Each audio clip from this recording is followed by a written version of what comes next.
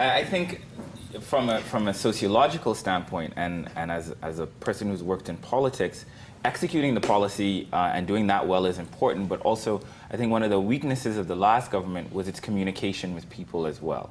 And this government will need a strong communications apparatus to keep the Bahamian people informed, one, but also they will need to build what we call architectures of listening that will allow them to constantly listen to the people of the Bahamas and to engage that information that they are gathering from people in their policy making.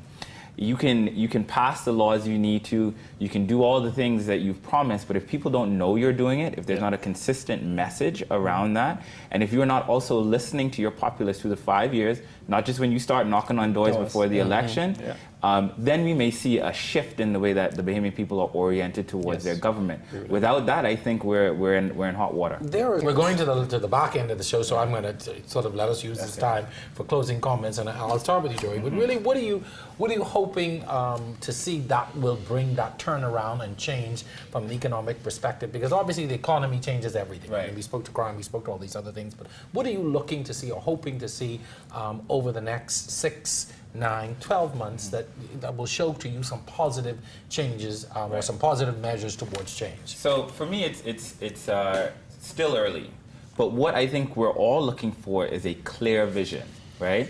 That clear vision has to have attached to it timelines, key performance indicators, targets, things that we can watch. That are a part of regular business. That are a part of policy making and policy implementation.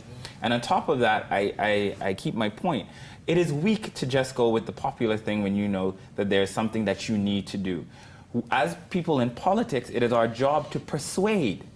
If people don't like what you're about to do, but you know it is the right thing, put a strong case out there. And so the second thing I want to see is a cohesive and comprehensive communications effort by this government that not only pushes information out to the Bahamian public, but also builds architectures of listening so they are constantly hearing what the Bahamian people are saying about their policies. That's most important.